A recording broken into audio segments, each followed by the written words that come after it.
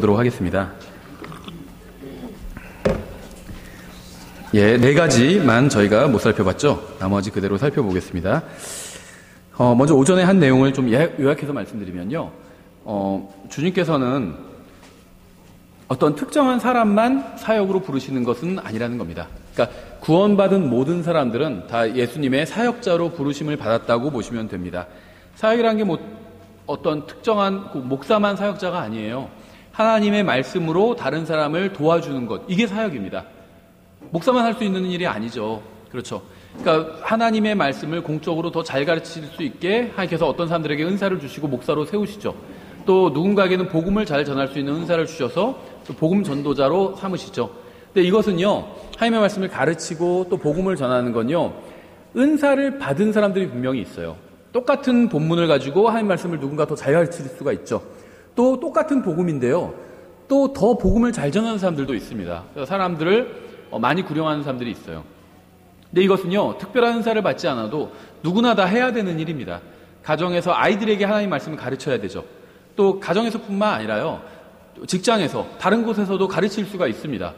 나 목사가 아닌데 가르칠 수 있나? 아니면 내가 소위 말하면 평신도인데 성경을 가르치면 혹시 이게 문제가 되는 게 아닌가? 이렇게 생각하실 필요가 없습니다. 여러분이 다른 곳에서요, 여러분 예를 들면 직장에서 직장 동료 중에 나 성경을 좀 배우고 싶다. 내가 멀리 못 나간다. 예를 들면 직장 그 일과 시간 끝나고 한 30분씩 공부할 수 있냐? 그럼 가르칠 수도 있는 거죠. 전혀 문제될 게 없다는 겁니다. 그러니까 가족에게, 아이들에게, 친구에게 성경 가르치는 게 전혀 문제될 게 없다는 거예요. 그렇게 해야 됩니다. 예수님에 대해서 가르쳐줘야 돼요. 하나님의 말씀에 대해서 가르쳐줘야 됩니다. 또 내가 복음 전도자의 은사가 없어도요, 복음을 전해야 됩니다.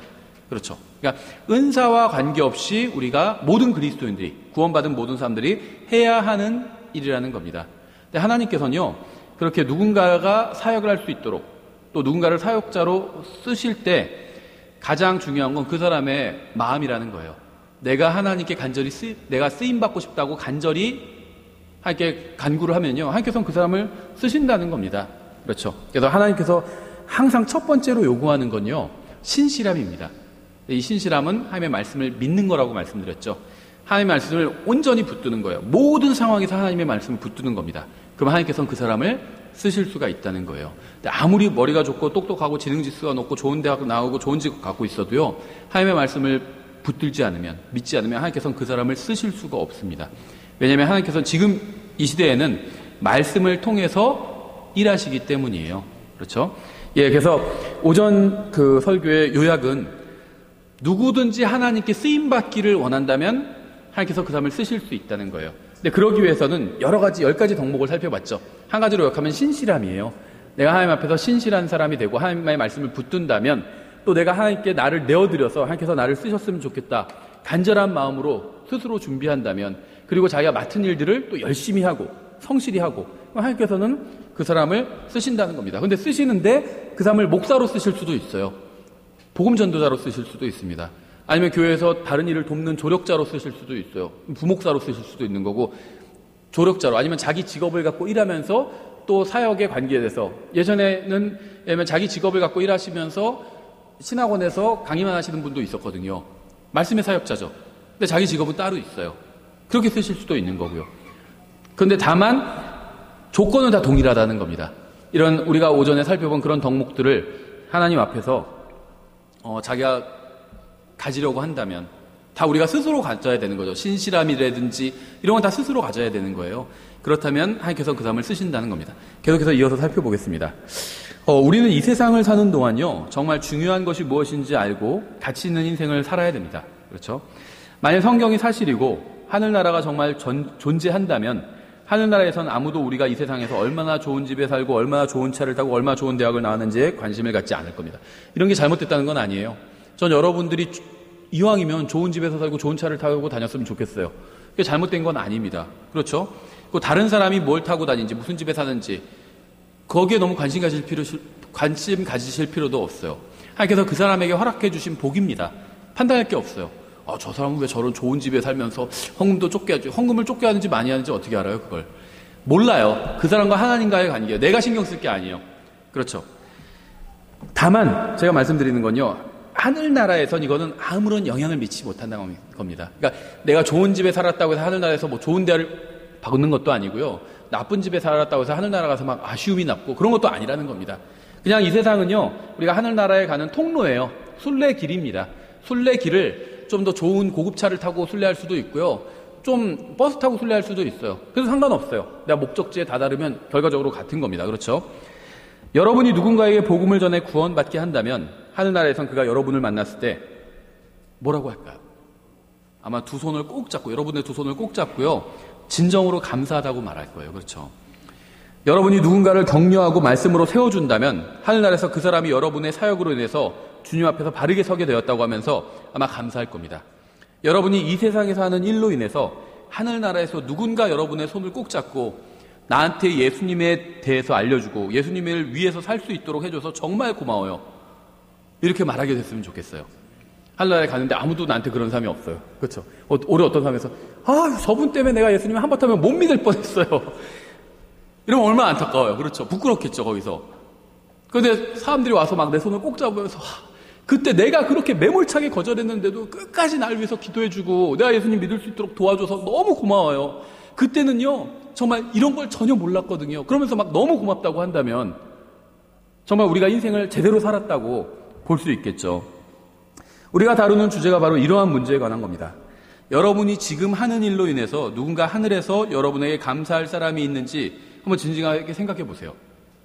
내가 한 일로 인해서 누군가 하늘나라에서 나한테 정말 고맙다고 할 사람이 있을까?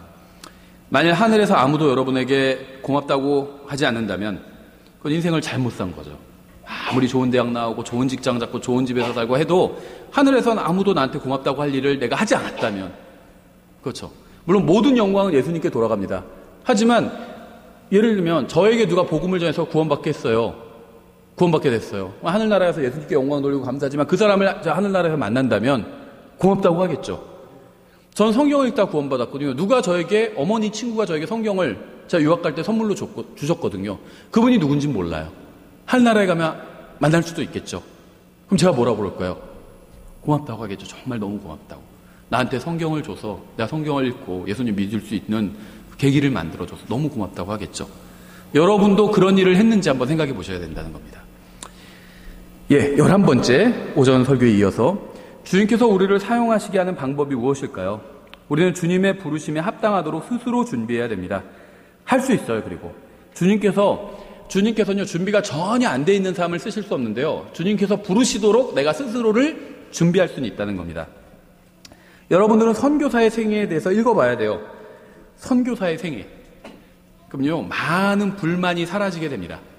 선교사의 생애를 읽어보면 아도니람 저드슨, 허드슨 테일러, 특히 이 사람들 한번 생애를 읽어보세요. 데이비드 리빙스턴은 훌륭한데 약간은 좀 탐험가의 기질이 있어요. 이 사람은 선교사 플러스 탐험가예요. 그런데 이 아도니람 저드슨과 허드슨 테일러는 정말 진짜 백이 선교사의 본을 보여주고 있어요. 고난이 뭔지 정말 보여주고 있어요. 그리고 정말 주님 안에서 승리하고 믿음으로 주님과 동행한다는 게 무엇인지, 또 헌신이 뭔지, 포기가 뭔지, 주님을 위한 온전한 삶이 뭔지를 정말 보여주고 있습니다. 일반 기독교 출판사에서 나온 책 아무거나 거의 읽어보셔도 상관이 없어요. 읽어봐야 돼요. 모든 그리스도인들은요, 이 선교사의 삶, 특히 그 아도니람 저드슨과 그 허드슨 테일러의 삶을 반드시 읽어봐야 된다고 생각을 합니다. 무슬림 국가에서 살면서 그들에게 복음을 전하는 것이 얼마나 어렵고 힘들고 위험한 일인지에 대해서 읽어봐야 돼요. 수천 개의 신을 섬기는 힌두교인들 사이에서 산다는 것이 얼마나 힘든 일인지 알아야 됩니다. 공산주의자들 사이에 살면서 하나님의 이름을 마음껏 부르지 못하는 어려움이 무엇인지 알아야 됩니다. 또 로마 카톨릭이나 이교도들 사이에 살면서요, 복음을 전하는 것이 얼마나 어려운 일인지 알아야 됩니다. 여러분의 가슴과 머리가 이 세상에 살고 있는 수많은 사람들이 진정으로 필요로 하는 것이 무엇인지로 가득 차야 돼요. 그러면 여러분의 인생과 인생의 목적이 완전히 변하게 될 겁니다. 하나님을 필요로 하는 사람들이 누군지 한번 생각해 보세요. 누가 하나님을 알아야 될까? 누가 필요로 하고 있을까? 복음을. 하나님을 섬긴 사람들의 생애에 관해서 한번 읽어보세요. 이 사람들은 어떻게 섬기게 되었고요, 별다른 특별한 게 없어요. 그러니까 특별한 사람은 아니었어요, 다. 그런데 특별하신 분을 위해서 특별한 말씀, 하나님의 말씀을 전한 것 뿐이에요. 그 데이비드 브레이너드라는 사람이 있거든요. 데이빗 브레이너드. 오래전 사람이에요. 한 300년 전 사람이에요. 이 사람들은요, 미국에서 인디안들에게 복음을 전한 선교사였어요. 23살인가 시작해서 29살인가 죽었어요. 한 6년, 7년 사역하다가 일찍 죽었어요. 이 사람이 일기를 남겼어요. 일기 내용이요, 뭐 대단한 무슨 기적이 일어나고 이런 게 없어요. 그냥 평범해요. 주님에서 헌신해서 했다가 또 절망합니다. 너무 힘들어서 사역이. 그래서 막 혼자 막 자기를 자책하고 너무 괴로워해요. 그러다 다시 주님의 말씀으로 해서 힘을 얻고요. 주님과의 교제를 통해서 힘을 얻고 다시 복음을 또 전하고 또 너무 힘들어서 절망하고 계속 연속 이거예요. 근데 이 사람이 그러니까는 뭐 허드슨 테일러나 아도니람 저드슨은요, 큰 업적을 남겼거든요. 선교사에서 크게 굵은 획을 긋는 엄청난 업적을 남겼어요. 허드슨 테일러는 이 페이스 미션이라는, 그러니까 믿음으로 선교하는 게 뭔지에 대해서 정립해 준 사람이고요. 그래서 그 허드슨 테일러가 전한 그러니까 중국 차이나 인랜드 미션이죠. 이게 지금 OMF가 됐잖아요. 굉장히 수천 명의 선교사가 이 허드슨 테일러가 세운 선교 단체를 통해서 헌신하게 돼요. 엄청난 그 선교사의 큰 획을 걷고요. 아도니람 저드슨도 버마어 성경을 번역했고요. 영어 버마어 사전을 만들어냈어요. 지금도 그거 사용되고 있어요. 이 사람도 버마에서 복음을 전하는 일로는 엄청나게 큰 사역을 했습니다. 그런데 이 데이빗 브레이너드는요, 그거에 비하면 좀 초라해요. 남긴 게. 근데 이 사람이 선교사에서는요, 항상 이름이 첫 번째로 등장하는 사람이라고 보시면 돼요. 왜 그러냐면, 이 사람은 이 저드슨이나 허드슨 테일러보다 훨씬 더 이전 선교사예요. 근데 이 사람이 이렇게 인디안들에게 복음을 전하다가 일찍 죽었어요. 근데 이 사람의 약혼녀의 아버지가 바로 조나단 에드워즈예요. 조나단 에드워즈가 영적 이제 대각성 운동의 그 리더였던 사람이죠. 조나단 에드워즈의 사위가 될 뻔했었죠. 이 브레이너드가. 그래서 그런데 사위가 되지 못하고 죽은 거죠. 그래서 그 일기와 생애를 정리를 해서 조나단 에드워즈가 출판을 하게 됩니다. 자기의 사위가 될 뻔한 사람의 전기를 써준 거죠. 그래서 이것을 읽고 수많은 젊은이들이 헌신을 하게 돼요. 그래서 미국 그 선교에 어떤 폭발하는 그 기폭제가 돼요. 이 데이빗 브레이너드가. 그래서 이 사람 굉장히 유명하거든요. 이런 선교사들의 삶을 읽어봐야 돼요. 그럼 내가 지금 불평하고 있는 것이 정말 아무것도 아니구나 라는 걸 깨닫게 된다는 겁니다. 하나님을 섬긴 사람들의 생애에 관해서 한번 읽어보세요. 정말 유익이 큽니다. 돈과 성공과 명예를 쫓지 않고 영원히 가치 있는 것들을 추구한 사람들이 누구고 그들의 인생은 어떠했는지 살펴볼 만하다는 거예요. 요한복음 4장 35절 이렇게 되어 있습니다. 너희가 말하기를 아직 넉 달이 남아있고 그 뒤에 수확할 때가 이른다 하지 아니하느냐. 보라, 내가 너희에게 이르노니 너희 눈을 들어 밭들을 보라. 그것들이 이미 희게 되어 수확하게 되었도다. 주님께서는요, 밭들을 보라고 하셨습니다. 단 하나의 밭이 있는 것이 아니라 수많은 밭들이 있어요. 그 중에서는요, 수확할 때가 이미 이른 밭들도 있다는 겁니다. 수많은 밭들이 이미 희게 되어서 수확하게 되었다는 거예요. 일꾼이 모자르다는 거예요. 그러니까 헌신하는 사람 주님께서 쓰신다는 겁니다. 앞에 나온 사람 쓰신다는 거예요, 하나님께서. 하나님께서 능력이 없어서 못 쓰시는 게 아니거든요. 그 사람이 능력 있는 사람이 나오길 기다리시는 게 아니에요. 능력은 하나님께 있어요. 하나님의 능력으로 일해야 돼요. 능력 있는 사람을 기다리시는 게 아니에요. 자원하는 사람을 기다리고 계시거든요. 여러분이 무엇을 해야 하는지 아세요? 눈을 들어 밭들을 봐야 돼요. 영적인 눈으로 볼 필요가 있다는 거예요. 물질적인 눈으로 보지 말고 이 세상 사람들을 볼 때 물질적인 어떻게 하면 저 사람의 돈을 내 주머니로 가져올 수 있을까 이런 관점으로 보지 말고 영적인 관점으로 저 사람 죽으면 어디에 갈까? 영적인 관점으로 볼 필요가 있다는 겁니다. 이게 눈을 들어서 밭을 보는 거예요. 어느 밭이 희게 되어서 수확하게 되는지 찾아봐야 됩니다. 여러분 마을에서 복음을 전하세요. 있는 곳에서 아무도 반응하는 사람이 없으면 어떻게 하면 되는 줄 아세요? 옆마을에 가서 복음을 전하면 돼요. 교회 하는 것도 마찬가지예요. 교회를 어느 장소에서 시작했는데 사람들이 안 모여요. 어떤 분은요, 모르겠어요. 좀 고지식한 분들 중에 내가 여기서 복음의 십자가의 깃발을 꼽았는데 여기서 끝까지 여기를 사수해야 될 내 전선이다. 전선이 움직이잖아요. 밀려 올라갈 때도 있고 밀려 내려갈 때도 있거든요. 작전상 후퇴라는 게 있잖아요. 여기서 복음을 전했는데 아무도 안 모였어요. 다른 지역에 가서 전하면 됩니다, 다시. 거기서 모일 수도 있는 거예요. 전혀 문제가 안 돼요. 우리가 분당 용인 지역에서 교회를 시작했잖아요. 분당 맨 끝에서. 했는데 사람이 아무도 안 모였다. 다른 데 갔을 거예요. 3년, 4년을 했는데 안 모였다. 그럼 다른 데 갔을 겁니다. 전혀 문제 없어요. 다른 데 가는 게 성경에 가지 말라고 그런 말 없잖아요. 그렇죠?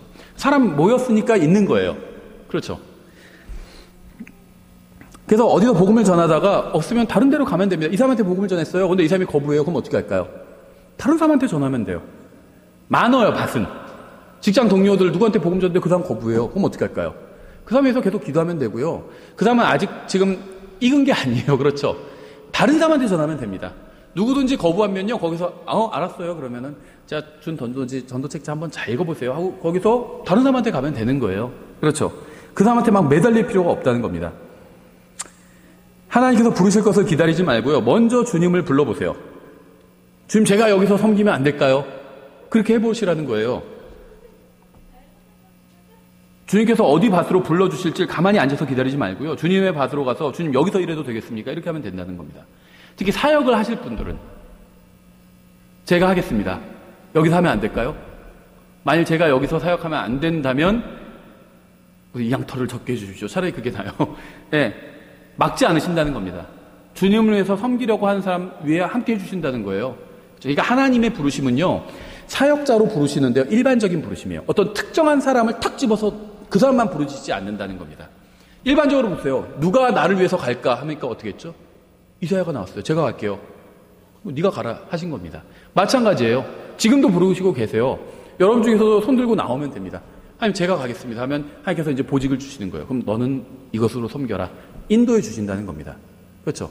그럼 내가 직장 생활을 하면서 할 수도 있고요. 직장을 그만두고 전임 사역자가 될 수도 있어요. 그렇죠? 하나님께서 다 열어주실 거예요. 그 길을. 주님께서 왜 자신을 섬기러 나오는 사람을 거절하실까요? 거절하지 않으신다는 겁니다. 전 특히 젊은 형제 자매님들이요, 이 선교사의 생애를 읽어봤으면 좋겠어요. 이게 뭐 꼭 선교사가 돼야 된다 이런 얘기가 아닙니다. 될 수도 있고 안 될 수도 있어요. 그렇죠? 주님을 위해서 헌신한 사람들의 이야기를 읽고 도전을 받아서요, 인생을 가치 있게 사용했으면 좋겠습니다. 지금 이 순간에도요, 예수님을 알고 싶지만 아무도 알려주는 사람이 없어서 고통받는 사람들이 세계 곳곳에 있어요. 우리나라도 마찬가지예요. 우리나라 곳곳에 있습니다. 교회 많지만 복음 전하는 교회가 있긴 있죠. 많지는 않잖아요. 그렇죠? 예, 복음을 들어야 되는데 아무도 얘기해주지 않는 그런 지역들이 있다는 거예요. 여러분은 그들이 누구인지 어디에 있는지 찾아내야 됩니다. 그렇죠? 그런 사람들을 찾아서 하나님의 말씀으로 도와줘야 돼요. 이게 사역이에요. 누구나 사역자가 될 수 있어요. 12번째, 마태복음 9장 36절 이렇게 되어 있습니다. 그러나 그분께서 무리들을 보시고 그들을 불쌍히 여기는 마음을 가지셨으니 이는 그들이 목자 없는 양같이 지치고 널리 흩어졌기 때문이라. 예수님께서는요, 사람들을 보시고 그들이 목자 없는 양 같았기에 불쌍히 여기셨습니다. 예수님의 주위에는요, 주님을 믿는 제자들이 있었어요. 근데 주님께서 무엇이라고 말씀하셨을까요? 37절에 이에 그분께서 자기 제자들에게 이르시되 진실로 수확할 것은 많되 일꾼들이 적으니 그러므로 너희는 수확하시는 주께 기도하여 그분께서 그분의 수확밭에 일꾼들을 보내실 것을 청하라 하시니라. 예수님께서는 왜 자신의 제자들에게 수확하러 밭으로 가라고 하지 않으셨을까요? 사람들은 하나님의 부르심을 기다립니다. 자신을 주님의 사역으로 보내달라고 그래요. 하지만 하나님께서는요, 우리가 주님을 부르기를 기다리고 계세요. 나를 써주십시오 주님, 먼저 이렇게 부르기를 기다리신다는 거예요. 우리가 주님께 자원하는 마음으로 나와서 자신을 어디로 보내달라고 하기를 원하십니다. 어딘가에 목자를 필요로 하는 사람들이 있지 않을까요? 하지만 예수님께서는요, 누군가를 특정해서 가라고 하지는 않으신다는 겁니다. 하나님께서는요, 여러분이 매일 기도하기를 원하십니다. 주님께서 설교자를 세우시고 사역자를 세우시고 선교사를 세우시도록 기도하기를 원하세요. 더 많은 설교자가 나올 수 있게 해주십시오. 더 많은 사역자들이 나올 수 있게 해주십시오. 이렇게 기도하기를 원하신다는 거예요. 정말 주님을 섬기고 싶고 하나님의 말씀을 전하고 싶고 사람들을 불쌍히 여기고 또 돕고 싶은 마음이 가득하다면 주님께서는 그 사람을 부르시고 보내주실 거예요. 정말 주님을 섬기고 싶어서 막 사람들에게 말씀을 전하고 싶어서 막 사무치는 마음을 갖고 있다면 주님께서 그 사람 사용하실 거라는 겁니다. 이러한 마음을 가지고 기도한다면 머지않아서 기도의 응답을 받게 될 거예요. 부르시기를 기다리지 말고 먼저 주님을 섬기십시오. 그러면 주님께서는 가야 할 길을 알려주실 거예요. 아무것도 안 하고 그냥 기다리는 사람이 있어요. 그럼 사역자가 될 거라고. 절대 부르지 않으세요. 왠지 아세요? 이미 부르셨거든요. 부르셨는데 아무것도 안 하고 가만히 있잖아요. 그럼 그 사람 쓰지 않으신다는 겁니다. 그렇죠? 성경이 명백하게 말씀하시는 것은요, 결코 타협해서는 안 되죠. 근데 성경이 말씀하지 않는 것에 대해서는 유연해야 돼요. 성경에서 말씀하시지 않는 것 때문에 교제를 나누지 않은 사람들이 있습니다. 너무 안타까워요. 예전에도요, 이 사역자에 대한 게 이쪽에서도 논쟁이 붙었는데요. 어떤 분들은 사역자는 반드시 직업을 가지고 있어야 된다, 이렇게 가르친 분이 있어요. 흠정역 진영에도. 어떤 분은요, 아니다, 직업을 가지고 있으면 안 된다, 이 거룩한 말씀 사역의 일이기 때문에 이것에만 전념해야 된다, 이렇게 가르치는 분들도 있어요. 그런데요, 사역자는 반드시 직업을 가지고 있어야 된다. 근거가 뭘까요? 뭐 사도 바울을 예를 들겠죠. 사도 바울도 봐라, 자기 직업이 있지 않았냐. 그럼 반대쪽에서 뭐라 할까요? 바울은 예외다, 이렇게 얘기하겠죠. 항상 논쟁이요, 우선 근거를 제시하면 그거는 예외다, 이런 얘기를 합니다. 그런데요, 성경에서는요, 바울이 직업을 갖고 있었다는 건 사실이죠. 그런데 성경에서는요, 사역자는 직업을 가지면 된다, 안 된다, 이런 말은 없습니다. 그럼 그런 거 갖고 시간 낭비할 필요가 없다는 거예요. 직업을 가질 수도 있고 갖지 않을 수도 있어요. 상황에 따라서 다르죠, 그거는. 우리는 같은 마음을 가지고 있는 사람들과 교제를 나누고 서로 격려해야 됩니다. 격려해야 돼요. 하지만 다른 그리스도인들이 자신과 믿는 것이 좀 다르다고 해서 그 사람을 저주하고 모욕하고 욕하고 그 사람이 다니는 교회나 그 사람의 교회를 비방해서는 안 돼요. 다르면 다른 대로 내버려 두면 됩니다. 그렇죠? 이 세상에는요, 수많은 종류의 사람들이 있고요, 또 그들의 필요를 채워줄 수많은 종류의 교회들이 있습니다. 저희 교회에 만족하는 사람들이 있고요, 반면에 저희 교회는 도저히 필요를 채움받지 못한다는 사람들도 있어요. 그런 사람 저한테 물어보면 제가 다른 교회 추천해 줍니다. 어떤 사람 막 미안해서 못 묻는 사람도 있는데요, 저희 교회가 안 맞는 분이 있을 수 있죠. 그러면 다른 교회를 추천해 준다는 거예요. 좀 맞을 것 같은 교회를. 그렇죠. 교회는 다양해요. 지역교회도 다양합니다. 지역교회가 다 똑같아야 되는 게 아니에요. 저희 교회 사람들이 많이 오기를 원하지만 저희 교회가 아닌 다른 교회에서 주님을 더 잘 섬길 수 있는 사람도 분명히 있어요. 그렇죠. 그럼 그 사람은 그 교회 가서 주님 섬기는 게 그리스도의 몸 전체를 봐서 훨씬 좋죠. 저희 교회 가서는 못 섬겨요, 잘. 다른 교회 가면 잘 섬겨요. 그 교회 가서 주님 섬기는 게 그리스도의 몸 전체로는 좋죠. 저희 교회는 안 좋을지 몰라도. 그럼 그리스도의 몸이 항상 더 먼저가 돼야 된다는 거예요. 제 설교를 좋아하지 않는다고 해서 그 사람이 하나님과 바른 관계에 있지 않다고 할 수는 없다는 거죠. 다른 목사님 설교가 더 쏙쏙 들어올 수도 있어요. 그렇죠. 그건 문제가 아니라는 겁니다. 다르다고 해서 비방할 필요가 없다는 겁니다. 배척할 필요도 없고. 그렇죠. 하나님께서 나를 통해서 일하시는 것처럼 다른 사람을 통해서도 일하신다는 거, 우리 교회를 통해서 일하시는 것처럼 다른 교회를 통해서도 일하신다는 것을 인정해야 된다는 거예요. 그렇죠. 고린도전서 12장 4절부터 5절 이렇게 되어 있죠. 이제 선물은 여러 가지나 같은 성령이시고 직무는 다르나 같은 주시며. 그러니까 모든 사람들이 같은 방법으로 일하지는 않지만 모두 같은 주님을 섬기고 있어요. 다 목사로 일해야만 되는 게 아니죠. 다 복음전도자로 일해야만 되는 건 아닙니다. 다른 일도 많이 있다는 거예요. 하나님의 말씀을 전하고 선포하고 사람들을 말씀으로 세워주는 일이요, 아주 다양하게 많이 있다는 겁니다. 그렇죠. 전임 사역자가 아니라도 할 수 있는 일들이 또 많이 있다는 거예요. 6절, 활동은 여러 가지나 모든 것 안에서 모든 것을 행하시는 같은 하나님이 계시되 각 사람에게 성령의 나타나심을 주신 것은 그것으로 말미암아 모두가 유익을 얻게 하려 하심이라. 이 세상에는 수많은 종류의 새들이 존재하죠. 수많은 종류의 개나 돼지도 있죠. 여러 가지, 그러니까 그 새들, 동물들은요, 굉장히 많은 종류의 동물들이 있어요. 또 새들도 많은 종류의 새들도 있고. 하지만 다양한 새들이 있지만 새라는 공통점이 있죠. 그러니까 새들의 종류는 다양하지만 그것들이 모두 새로 분류되는 공통점이 있다는 겁니다. 그렇죠. 개들도 종류 다양하지만 개라는 공통점이 있는 것처럼. 그러니까 이상하게 우리 주위에는요, 자신만이 유일하게 바른 사람이라고 믿는 사람들이 있어요. 자신이 다니는 교회만이 참된 교회라고 생각하는 사람들도 있습니다. 오히려 참된 교회가 아니에요. 우리 교회만 참된 교회다 이렇게 가르치면요, 그게 이단이라는 표시예요. 거긴 가면 안 돼요. 우리 교회만 참된 교회다라고 주장하는 교회가 있다면 이단이에요. 거긴 가면 안 됩니다. 성경에 그런 경우 없어요. 만약 단 하나의 교회만 바른 교회라거나 주님을 섬기는 방법이 단 하나만 존재한다고 생각한다면 그것은 자신이 하나님에 대한 모든 것을 알고 있다고 착각하고 있는 겁니다. 오직 자신과 자신의 교회만이 옳다고 생각하는 이유는요, 교만이 마음의 중심을 차지하고 있기 때문이에요. 하나님께서는요, 한 사람이나 한 교회에게 모든 것을 주신 적이 없습니다. 그러니까 하나님을 섬기는 방법은 다양하다는 거예요. 모두 다 똑같은 방법으로 섬겨야 되는 것도 아니고요, 모두 다 우리 교회처럼 섬겨야 되는 것도 아니에요. 오직 자신만이 하나님을 제대로 섬기고 있고 교리를 바르게 알고 있다고 생각하는 사람이야말로 교리도 모르고 주님을 제대로 섬기고 있지도 않다는 증거입니다. 오직 자신을 통해서만 주님께서 역사하신다고 생각하는 사람을 통해서 주님께서는 절대 역사하지 않으실 거예요. 주님께서는 교만과 망상으로 가득 찬 사람을 통해서는요, 일하지 않으십니다. 많은 사람들이 교만으로 인해서 주님께 쓰임받지 못하고 있어요. 교만을 버리지 않으면 결코 다른 사람들을 세워주는 일을 할 수가 없습니다. 선교지에 나가보면요, 우리가 상상하지도 못한 옷을 입고 전혀 생각해보지도 않은 방식으로 예배를 드리는 사람들을 만나볼 수가 있어요. 어떤 분들은요, 반드시 교회 올 땐 남자는 정장하고 넥타이를 메고 와야 된다, 이렇게 가르치는 사람들이 있어요. 반드시는 아니지만 저는 그렇게 하고 오면 좋다고 생각합니다. 정장 입고 오면 좋다고 생각해요. 그게 왜냐하면 이 시대에 가장 정중한 옷이잖아요.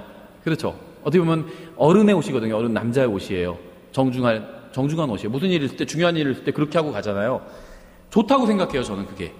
하지만 그게 절대적이라고 생각하지는 않거든요. 그렇게 하지 않으면 뭐 대표기도 할 수 없고 교회에서 뭐 섬기는 사역을 할 수 없다, 이렇게 가르치는 사람들이 있는데요. 성경에 없는 얘기예요. 선교지에 나가보면요, 제가 예전에도 말씀드린 적이 있는데 또 중국 아주 그 오지에 있는 교회를 본 적이 있어요. 사진으로 누가 쫙 올렸어요.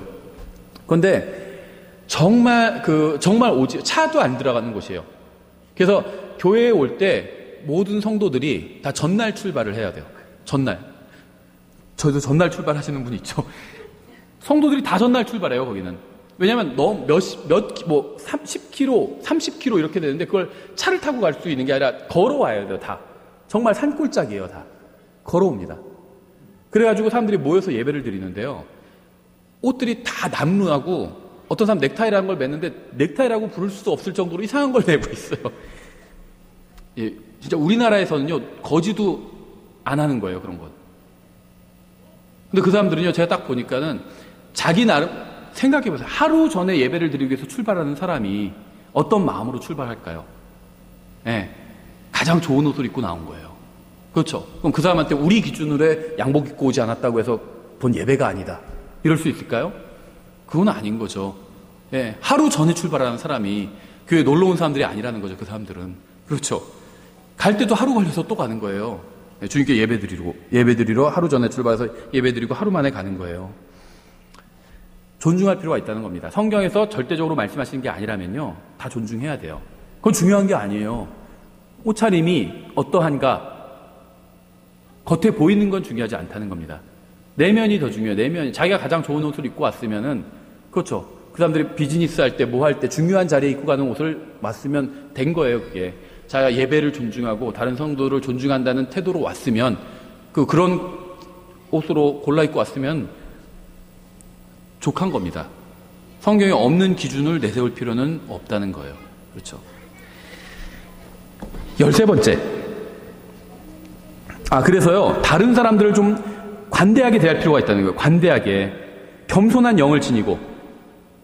그래야 다른 사람들과 교제를 할 수가 있어요. 주님께 쓰임 받을 수가 있고. 다른 사람을 함부로 판단하고, 저 사람은 저게 뭐야, 이런 식의 생각을 하는 사람은요, 사역자가 될 수가 없어요. 사역자가 될 수가 없어요. 예전에 그런 간증을 드린 적이 있어요. 우리가 누구 복음을 전하려고 막 한번 교회에 데리고 오려고 굉장히 공을 들이는 경우들이 있잖아요. 누구 데리고 오기가 쉽지 않죠. 교회 인도하기가 쉽지 않아요. 그래서 한 번만 가자 해서 막 겨우 데려오는 경우들이 있거든요. 어떤 전도자가 와서요, 복음 집회가 열렸대요. 그래서 평소에 자기가 생각하는 친구들을 데리고 왔대요. 2명을. 이제 그 집회에 가서 복음도 듣고, 이제 그럼 구원받을 수 있지 않을까, 이런 기대를 하고 2명을 데려왔어요. 그런데 그 2명은 예수님을 믿는 사람들이 아니에요. 그래서 그냥 청바지 입고, 찢어진 청바지 입고 막 온 거예요. 평소 다니는 이제 젊은 그 20대 청년이었거든요. 그러니까 막 청바지 찢어지고 막 이런 거 입고 온 거예요. 그냥 자기 평소 복장을 입고 온 겁니다. 교회 다니는 사람이 아니니까, 하나님 믿는 사람이 아니니까. 그런데 설교자가 딱 그 복장을 보더니 그 복장에 대해서만 계속 얘기를 하더래요. 복음을 안 전하고. 그러면서 막 꾸짖었대요, 굉장히. 그러면서 결국 쫓아내버렸대요. 그래서 나는 간신히 인도에 왔는데 복음을 전할 줄 알고, 전도 집회라고 그래서. 근데 하도 그 복장 지적하니까 할 수 없이 쫓겨났어요, 교회에서. 하나님의 말씀의 사역을 할 수가 없었던 거죠, 그 사람은. 그 사람이 누군지는 모르지만 제대로 된 말씀의 사역자가 아니었던 거죠. 그렇죠. 중요하지 않은 걸 갖고, 성경에 없는 걸 갖고 기준으로 삼아서 다른 사람을 함부로 판단한 거잖아요. 전 타협하라는 얘기를 하는 게 아닙니다. 성경이 분명하게 말씀하시는 것에 관해서는 누가 뭐라고 해도 흔들리지 말고 굳게 서야 됩니다. 하지만 성경이 말씀하고 있지 않은 것에 관해서는요, 유연하게 대처할 필요가 있다는 거예요. 다른 사람에겐 좀 관대하게, 정말 내가 하나님 앞에서 양복 입고 와야 되고 이렇게 믿는다면 자기가 그렇게 하고 오면 돼요. 그렇죠? 자기부터 그렇게 하면 돼요. 다른 사람한테는 좀 관대해질 필요가 있다는 겁니다. 자신을 정당하기 위해서 성경을 사용하면 안 됩니다. 여러분과 많은 부분에서 동의하지 않고 앞으로도 동의하지 않을 것이지만 하나님을 사랑하고 주님께 쓰임받는 사람들이 있다는 사실을 인정할 필요가 있다는 거예요. 그래야지 사역자가 될 수 있어요. 교리가 나와 동의하지 않아요, 이 사람은. 하지만 하나님께 쓰임받고 있다고 이걸 인정할 수 있어야 된다는 거예요. 그렇죠? 나만 맞다고 이렇게 생각하면 안 된다는 겁니다. 여러분과 다르다고 해서 비방하거나 무시하지 말고 인정해주고 존중할 필요가 있다는 겁니다. 다른 사람을 비방하지 말고 오직 자기에게 맡겨진 일을 하면 돼요. 저 사람 왜 이렇게 안 하지? 그럴 필요가 없다는 겁니다. 그냥 모르니까 못하는 거예요. 이렇게 안 하지 하는 걸 내가 하면 되는 겁니다. 그렇죠? 다른 사람 신경 쓸 게 없다는 거예요. 13번째, 금전 문제에 있어서 정직할 수 있어야 됩니다. 저는 하나님께서 여러분을 크게 쓰시기 원합니다. 주님께서 여러분을 기꺼이 쓰시게 하기 위해서는요, 금전적인 문제에 있어서 깨끗해야 돼요. 하나님께서는 도둑이나 강도나 사기꾼이나 정직하지 못한 사람을 통해서 자신의 일을 하지 않으실 겁니다. 주님께서는요, 진정으로 사람들을 섬기기 위해서가 아니라 먹고 살기 위해서 교회에서 일하는 사람을 결코 축복하지 않으실 거예요. 출애굽기 20장 8절부터 10절 이렇게 되어 있죠. 십계명 나온 장이죠. 안식일을 기억하여 거룩히 지키라.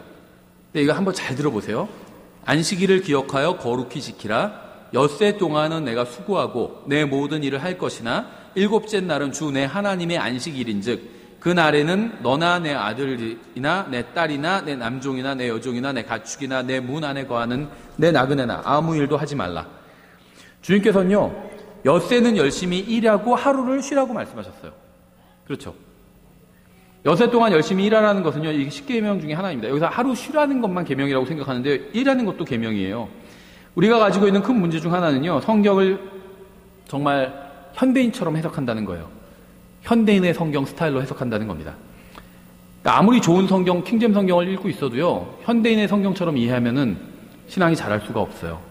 우리는 은사주의자들이나 이단들에 관한 구절들은 정확히 이해하면서요, 이상하게 우리 자신에 대한 말씀은 전혀 이해하지 못하는 경우가 많아요. 그러니까 우리의 기준으로 일하지 말고 하나님의 기준으로 일해야 되죠. 이 마태복음 20장을 보면요, 포도원에서 일하기 원하는 사람들의 이야기가 나옵니다. 여러분은 주님의 포도원에서 일하기를 원하시죠? 마태복음 20장 1절부터 쭉 읽어보면 이렇게 되어 있어요. 하늘의 왕국은 마치 품꾼들을 고용하여 자기 포도원에 들여보내려고 아침 일찍 나간 사람 곧 집주인과 같으니라. 그가 하루에 1데나리온씩 주기로 품꾼들과 합의하여 그들을 자기 포도원에 들여보내고 또 3시쯤에 나가서 시장에서 놀고 서 있는 다른 자들을 보고는 그들에게 이르되 너희도 포도원에 들어가라. 내가 너희에게 무엇이든 정당한 것을 주리라 하매 그들이 자기들의 길로 가니라. 다시 그가 6시와 9시쯤에 나가서 그와 같이 하고 또 11시쯤에 나가서 놀고 서 있는 다른 자들을 보고는 그들에게 이르되 너희는 어찌하여 온종일 여기서 놀고 서 있느냐 하매 그들이 그에게 이르되 아무도 우리를 고용하지 아니하였기 때문이니이다 하니 그가 그들에게 이르되 너희도 포도원에 들어가라. 무엇이든 정당한 것을 너희가 받으리라 하니라. 이렇게 저녁이 되매 포도원 주인이 자기 청지기에게 이르되 품꾼들을 불러 마지막에 온 자로부터 시작하여 처음에 온 자까지 그들에게 품삯을 주라 하니 11시쯤에 고용된 자들이 와서 각각 1데나리온씩 받으니라. 이 성경이 말씀하시는 하루 종일의 의미가 무엇일까요? 하루 종일 일했다. 본문에 나오는 것처럼요, 12시간이에요. 12시간.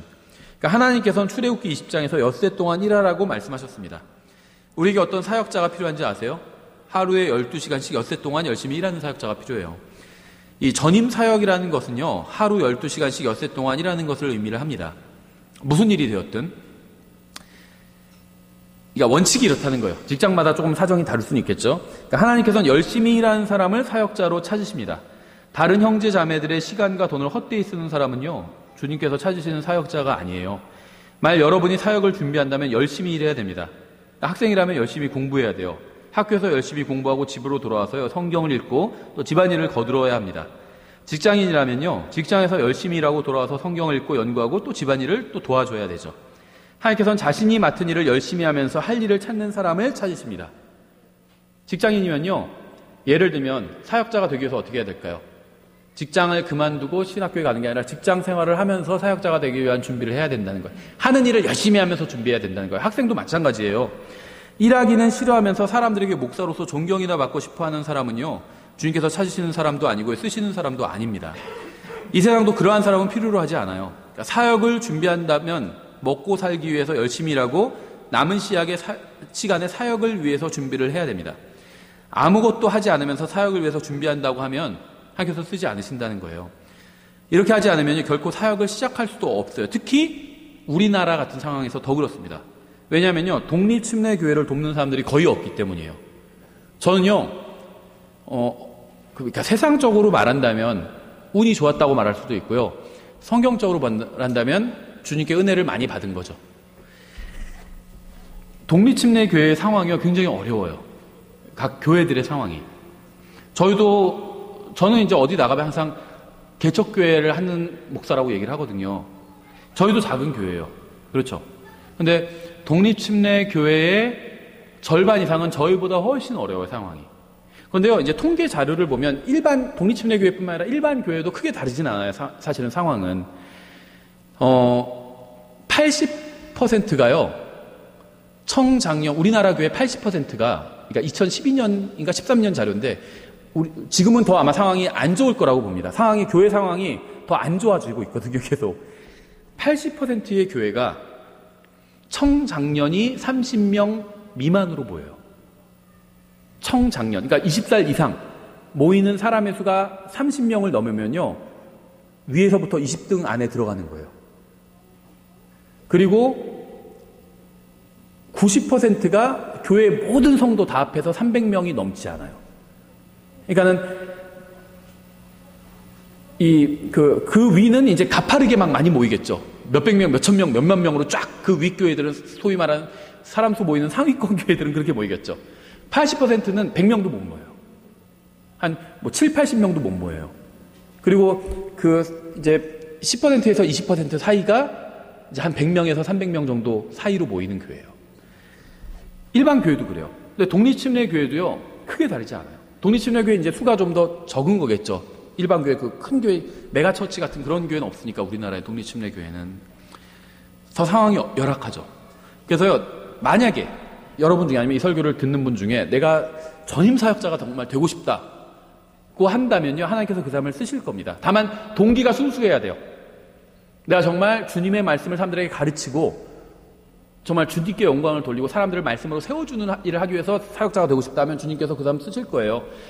우리가 쭉 살펴본 이 덕목들을 자기가 잘 준비한다면, 완벽히 준비할 수는 없겠죠. 근데 마음이 이쪽으로 향해야 된다는 거예요.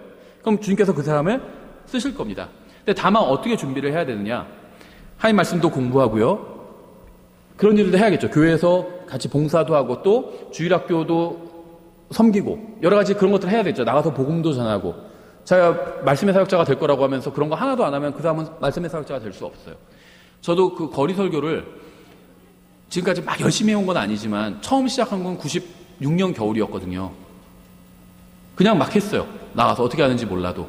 그 설교문 막 어떻게 할 건지 써서 목사님한테 보여주고 목사님 막 고쳐주시고, 목사님 본인은 잘 안 하시면서 잘 고쳐주시거든요. 도움이 됐어요. 그분이 고쳐주신 게. 예. 그러니까는 사역자가 되려면은 말씀을 전하게 된다는 거예요. 가만히 있을 수가 없어요. 그러니까는 본인이 하는 일을 하면서 준비를 하시면 된다는 겁니다. 근데 왜 본인이 어떤 일을 해야 되냐 하면, 독립침례교회 처음 시작하면 사람이 많이 모일 수도 있고요, 적게 모일 수도 있어요. 그렇죠. 근데 어떻게 될지는 나는 몰라요. 많이 모이는 교회가 꼭 주님께서 무슨 바른 교회다 이렇게 얘기할 수가 없어요. 수가 많으면 바른 교회다, 자꾸 이런 생각하시는 분 있어요. 우리 교회는 크기 때문에 우리 교회가 더 맞고 쟤네 교회 조그맣기 때문에 쟤네 교회는 틀리다, 이런 생각을 가진 사람들이 있어요. 자기네끼리는 위로가 되죠. 으쌰으쌰가 되고. 근데 그런 식으로 하면요, 제일 큰 교회 있잖아요. 우리나라에 여의도에 있는 교회 있잖아요. 그럼 거기가 제일 바른 교회가 되죠. 근데 거기는 또 그거는 아니고 이렇게 얘기하죠. 그럼 그건 아니고면 여기서도 그건 아닌 거 똑같은 거죠. 논리가 저기서는 그 논리가 맞는데 여기서는 그 논리가 틀리다 이렇게 얘기할 수 없죠. 수로 어떤 이 진리는 다수결의 결과로 나오는 게 아니라는 거죠. 그러니까 내가 사역을 바르게 해도요, 교회에 사람이 많이 모이지 않을 수도 있습니다. 많이 모여야 꼭 바른 교회다, 이건 아니라는, 성경에 그런 건 없어요. 그렇죠. 예수님께서 고난 당하실 때 어떻게 됐죠? 다 도망갔잖아요. 다 도망갔어요. 출석 인원 요한 하나였죠. 자매님들 몇 명이랑 형제님들이 다 사라져 버렸어요. 저쪽에서 한 명은 아니라고 우기고 있고, 자기는 이 교회 멤버가 아니라고 우기고 있잖아요. 그렇죠? 말투가 너 자꾸 들고, 너도 큰저녁 들고 있는데 너 거기 교회 멤버 아니야? 그러니까 아니라고 막 욕하면서, 그렇죠? 나 이걸 싫어해, 막 그런. 베드로가 그런 거예요, 지금으로 치면. 그렇죠? 예. 그렇다고 해서 예수님이 잘못된 사역을 하셨다, 이럴 수는 없잖아요. 예수님은 바른 사역을 하셨어요. 마찬가지예요. 그래서요, 무슨 말이냐면, 사역을 시작했는데 사람이 안 모일 수도 있습니다. 그러면 어떻게 먹고 살죠? 일을 해야 돼요. 그렇죠? 일을 해야 돼요. 일을 해야 됩니다. 그러니까 저희도 처음 시작할 때는요, 자매가 일을 하고 있었고, 이제 예전 교회에서 6개월간 얼마씩 지원을 해주겠다고 했어요. 그래서 이제 제가 전임 사역을 할 수 있었던 겁니다. 그리고 이제 지금까지 계속 전임 사역을 이어온 거죠. 전 여기에 대해서는 굉장히 감사합니다. 이제 제가 교회 사역과 그 다음에 이제 또 개인적으로 문서 사역을 하고 있죠. 이제 이게 개인적으로 하고 있는 것이긴 하지만 교회가 없었다면, 여러분이 모여서 같이 하지 않았다면 이 문서 사역을 할 수가 없었을 거예요. 왜냐면요, 교회로 모여서 저의 일하는 페이를 주고 있잖아요. 이걸 받지 않으면 제가 문서 사역을 할 수가 없어요. 나가서 일을 해야지. 문서 사역을 할 시간이 없어요. 그렇죠? 일해야지. 그걸 언제 하고 있어요. 그러니까 교회에서 저에게 페이를 주니까 교회 사역하고 문서 사역까지 할 수가 있게 된 거죠. 속된 말로 저는 운이 좋았다고 생각하고, 또 정말 하나님께서 은혜를 베풀어 주셨다고 생각합니다. 하나님께도 감사하고 여러분께도 감사해요. 그러니까 여러분이요, 하나 확실히 확신을 갖고 있을 수 있는 게 있어요. 뭐냐면요, 저는 싸게 먹힌다는 거예요. 무슨 말이냐면, 우리 목사님이 페이를 얼만큼 주지 않으면, 지금 예를 들면 우리 교회가 성도들이 더 많이 모였어요. 헌금도 많이 거쳤어요. 그러니까 페이를 더 많이 주지 않으면 목사님이 딴 데로 가지 않을까? 그거는 안심하셔도 돼요. 절반으로 깎아도 가지 않습니다. 예, 왜냐면요, 처음 교회 시작할 때 페이를 하나도 안 줘도 해야 돼요. 전 제가 할 일이라고 생각하거든요. 하나님 말씀을 전하고 얼마나 기뻐요. 하나님 말씀 연구하고 전하고 하는 게 얼마나 기뻐요. 그렇죠. 근데 이 일을 하는데 아무도 페이를 안 줘도 하는데 페이를 줘요. 그럼 더 감사하죠. 그렇죠. 예, 그래서 그건 안심하실 수 있어요. 안 준다고 하거나 늘리지 않거나 아니면 깎는다고 해서 도망가지는 않는다는 겁니다. 도망가다면 다른 이유로 도망갈지 몰라도요, 페이 때문에 도망가지는 않는다는 거예요. 왜냐면 아무도 안 줘도 하려고 했거든요. 계속 처음부터. 예, 그리고 지난 교회에서 6개월간 지원하고 이제 끝나도 일종의 퇴직금 쪽으로 이렇게 지원해 준다는 거였죠.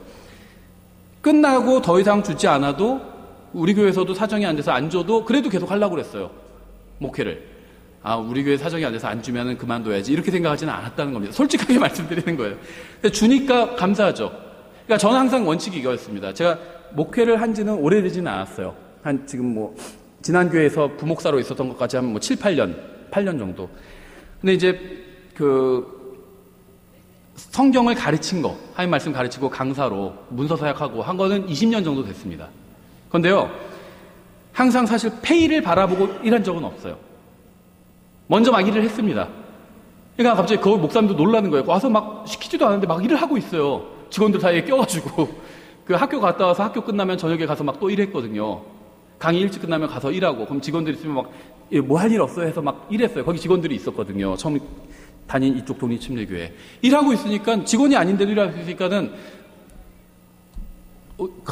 갑자기 교회 다니던 애가 갑자기 막 직원들 사이에서 일하고 있으니까 얘 밥값 주라고, 그 다음에는 차비도 주라고, 그 다음에 아르바이트비처럼 이렇게 주라고.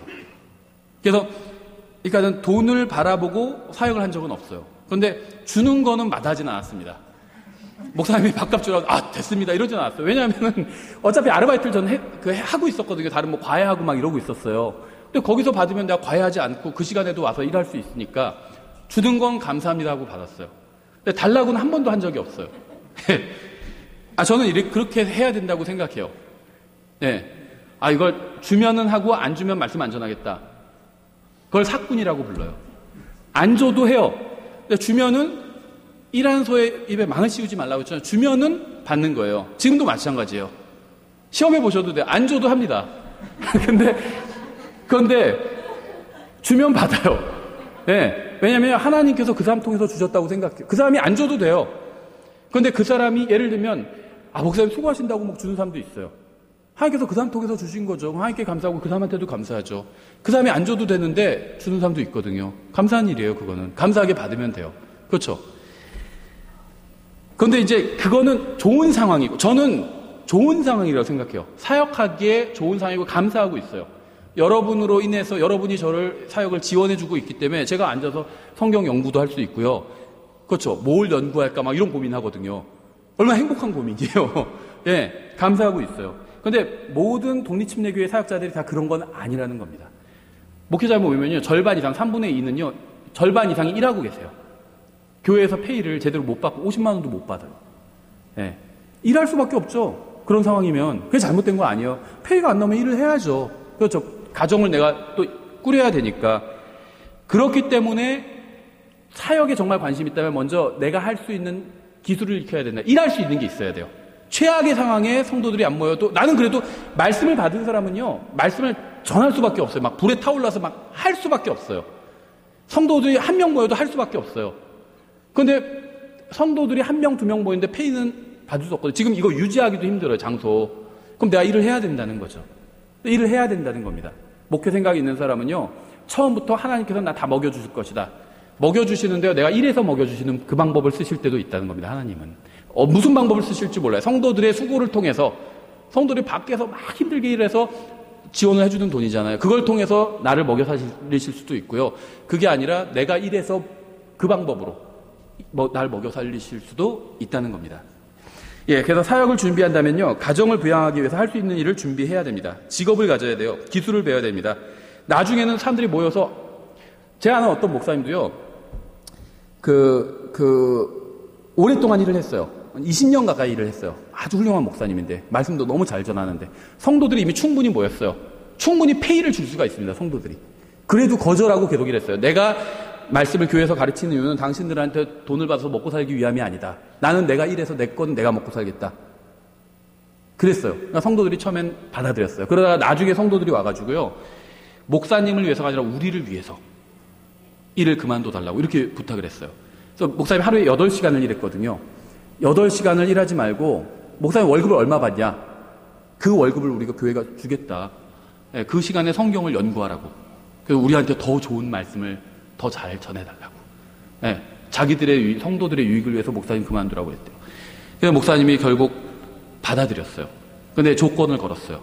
자기의 월급을 교회에서 아르바이트 하는 사람 말고 풀타임으로 일하는 분들 있잖아요. 풀타임 직장인 형제 풀타임 직장인으로 일하시는 분들 중에 제일 월급이 적은 사람의 기준에 항상 맞춰달라 그랬대요. 성경에 없는 거지만 저는 굉장히 훌륭한 자세라고 생각해요. 그렇죠? 네. 그럼 자기가 그거에 만족하고 자기는 살겠다 이렇게 얘기를 했대요. 아주 훌륭하다고 생각을 합니다. 예, 그래서 어쨌든지 간에요, 어떻게 될진 몰라요. 그래서 그 사역을 계획하고 계신 분이 있다면 일을 할 수 있는 기술을 익혀야 됩니다. 언어를 익히든지 기술을 익히든지 일할 수 있는 기술을 익혀야 돼요. 진정한 믿음이 있는 사역자는요, 먹고 살기 위해 일을 하지 않는다는 것은 이 사역을 망가뜨리려는 마귀의 거짓말일 뿐입니다. 일하지 않을 궁리를 하지 말고요, 일할 생각을 해야 돼요. 할 일을 찾아보십시오. 그러다 보면 또 교회에 사정이 생기고 하나님께서 인도해 주시면 일하지 않을 수도 있어요. 그렇게 성도들이 나와서, 아주 현명한 성도들이죠, 목사님 일하는 시간 일하지 말고 더 성경 연구하라고. 그러니까 그 목사님이 그러면서 그런 얘기를 해요. 자기가 지금 성경을 연구하는 시간은, 그 간증을 저도 들으면서 너무 부끄러워졌었어요.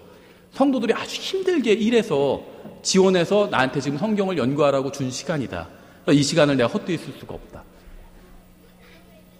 할 말이 없더라고요. 그 간증을 들으니까 너무 부끄럽고.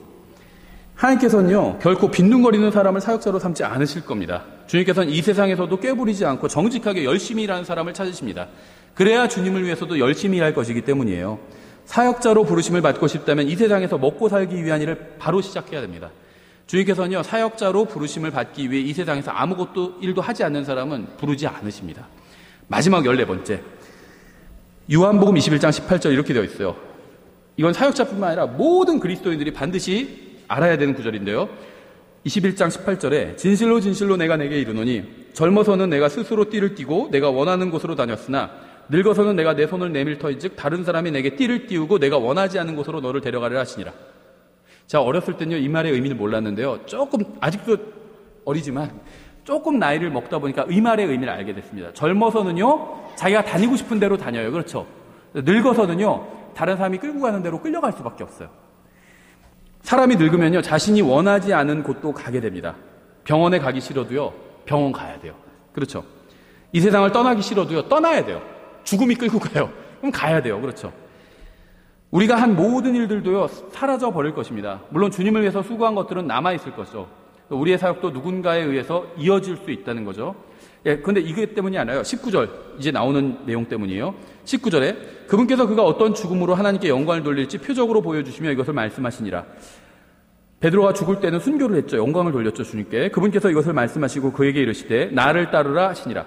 그때 베드로가 돌이켜 예수님께서 사랑하신 그 제자가 따른 것을 보았는데 그는 또한 만찬 자리에서 그의 가슴에 기대어 주여 주를 배반하여 넘겨주는 자가 누구니까? 한 사람이 배반할 거라니까 다 나니까 그랬죠.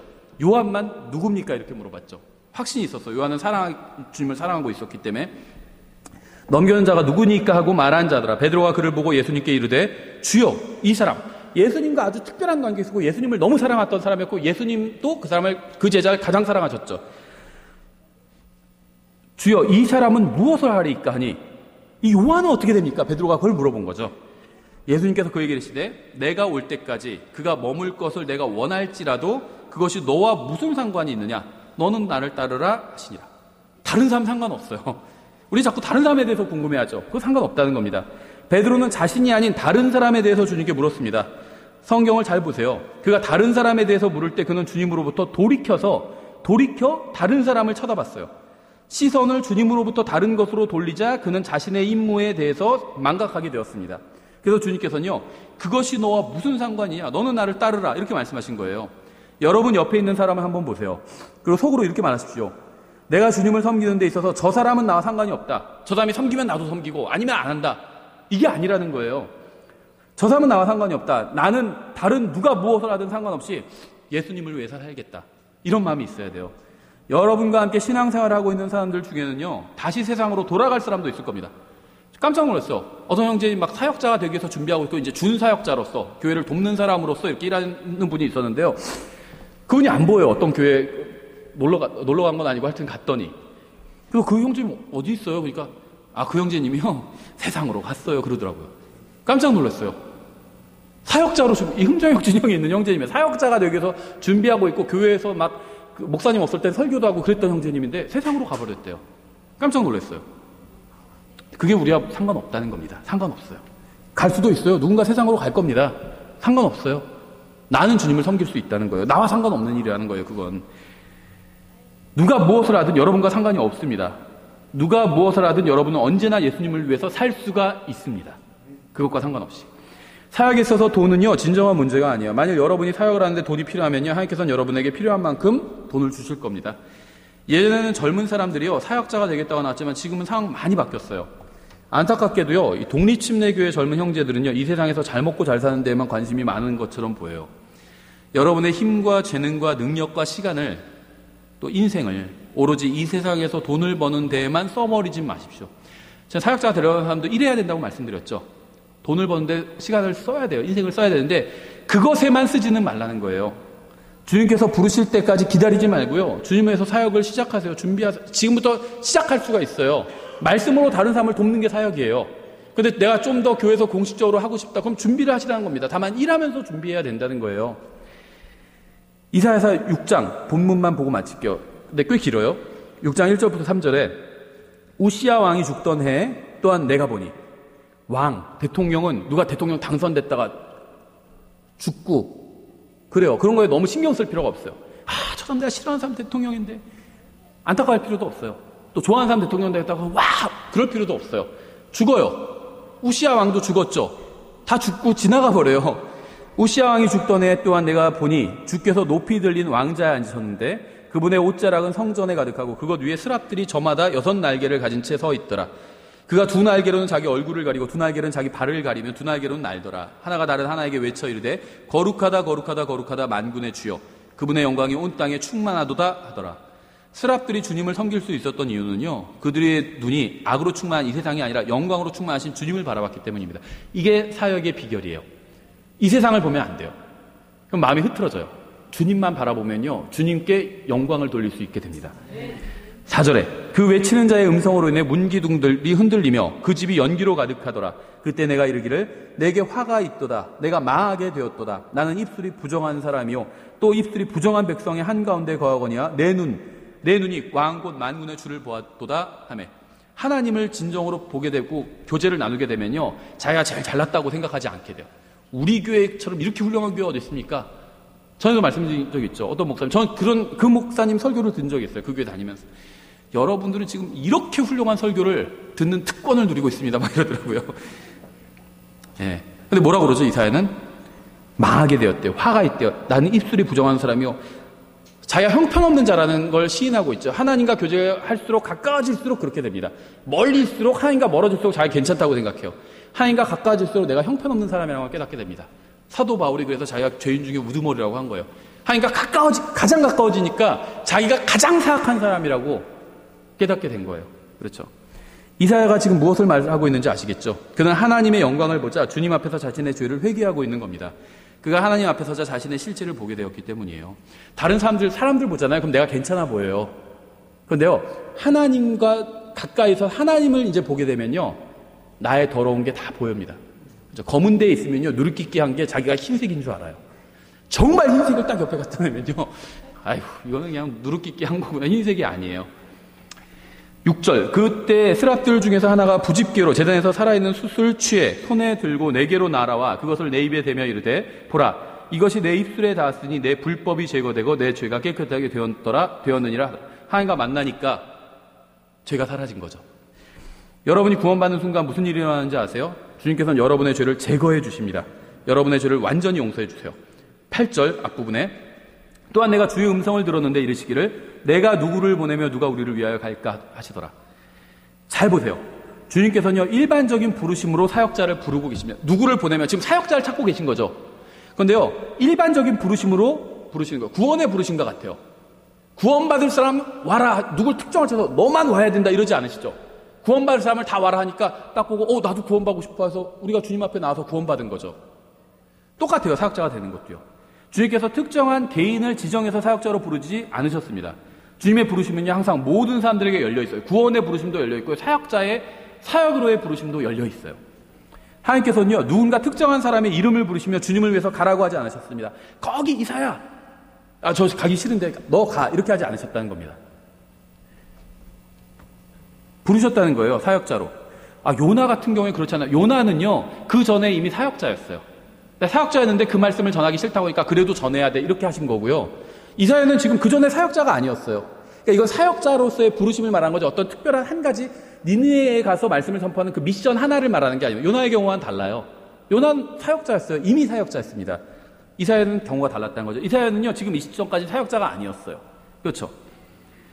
주님께서 사역자를 부르실 때는요, 특정한 나이나 키나 몸무게나 학력이나 인종의 제한이 없습니다. 사역자를 부르시는 주님의 부르심은요, 구원받은 모든 사람에게 해당하는 일반적인 부르심이에요. 8절 뒷부분에 그때 내가 이르되, 이사야죠, 내가 여기 있나이다 나를 보내소서 하였더라. 자원에서 나온 거죠. 하나님께서는요, 일반적인 부르심으로 사역자를 부르셨습니다. 그러자 이사야는요, 자원에서 주님 앞으로 나왔어요.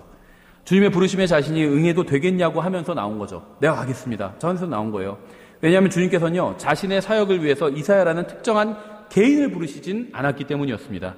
주님께서는요, 구원받은 모든 사람을 향해서 자신을 위한 사역자가 되라고 부르셨어요. 우리가 할 일은요, 주님의 일반적인 부르심에 이사야처럼 개별적으로 응답하는 거예요. 구원이 그랬죠. 누구든 와서 구원받으라, 일반적으로 다 부르셨죠. 너만 와서 구원받으라 이러지 않으셨어요. 누구든 와서 목마르지 않아 와서 값없이 생명수를 마셔라 이러셨습니다. 그러니까 제가 맛있게 하고 나왔잖아요. 그게 구원에 응한 거서 구원받은 거. 그거는 아무런 행위도 아니에요. 물을 다 준비해놓고 모든 걸 하나님이 다 준비해주셔놓고 우리는 와서 마셨을 뿐이에요. 그렇죠. 사역도 마찬가지라는 거예요. 누가 와서 이 사역을 할 것이냐 이랬을 때요, 제가 가겠습니다 이렇게 개별적으로 응답해야 된다는 거예요. 우리가 할 일은요, 주님의 일반적인 부르심에 이사야처럼 개별적으로 응답하는 거예요. 그분께서 이르시되 9절에 가서 이 백성에게 말하기를 참으로 너희가 듣되 깨닫지 못하고 참으로 너희가 보되 알지 못하느니라 하며, 그러니까 주님의 부르심에 이사야가 응답하자 주님께서 그에게 전할 말씀을 주셨죠. 이게 순서예요. 신실한 그릇으로 자기를 준비하면요, 그때 이제 주님께서는 누가 갈까 하면 내가 거기서 신실한 그릇으로 준비하면서 제가 가겠습니다 해야 되죠. 이사야가 제가 가겠습니다 하기 전에 어떻게 됐죠? 죄가 제거됐죠. 깨끗해졌죠. 하나님 앞에서. 그리고 나서 내가 제가 가겠습니다 하니까 하나님께서 가라 하면서 말씀을 주셨죠. 어떤 말씀이냐면 백성에게 가서 이렇게 얘기하라고 말씀을 주셨잖아요. 구원받은 모든 사람은요, 주님의 부르심을 받았습니다. 마가복음 16장 15절에 나오죠. 그분께서 그들에게 이르시되 너희는 온 세상에 가서 모든 창조물에게 복음을 선포하라. 이렇게 말씀하셨죠. 이것은 믿는 모든 사람들을 향하신 하나님의 부르심입니다. 믿는 모든 사람이 목사나 성경교사나 복음전도자의 은사를 가지고 있는 건 아니지만요, 믿는 모든 사람은 주님을 섬길 수 있는 은사를 가지고 있고요, 복음이 필요한 세상에 복음을 전하고 진리를 선포하는 사역자가 될 수 있어요. 주님께서 누구를 보내실까요? 누가 주님을 위해서 갈까요? 여러분은 모두 주님의 사역자로 부르심을 받았습니다. 각자 일이 다를 뿐이에요. 주님께서 여러분을 부르실 때까지 기다릴 필요가 전혀 없어요. 자원해서 주님 앞으로 나오면 됩니다. 하나님, 주님께서 저를 부르셨으니 제가 주님을 위해서 일하겠습니다라고 말씀드리면 된다는 겁니다. 기도하고 마치겠습니다. 하나님 아버지, 주님께서 저를 구원하여 주시고 사역자로 불러주셔서 감사드립니다. 저희가 깨어서 이 주님의 부르심을 듣고 주님께 자원하여 나와서 주님의 고귀한 사역에 동참할 수 있도록 도와주시기 원합니다. 저희의 눈을 열어주셔서 정말 눈에 보이는 것이 다가 아니고 영원한 세상이 있음을 저희가 항상 기억하게 해주시기 원합니다. 예수님의 이름으로 기도드렸습니다. 아멘. 찬송하고 마치겠습니다. 찬송가 703장입니다.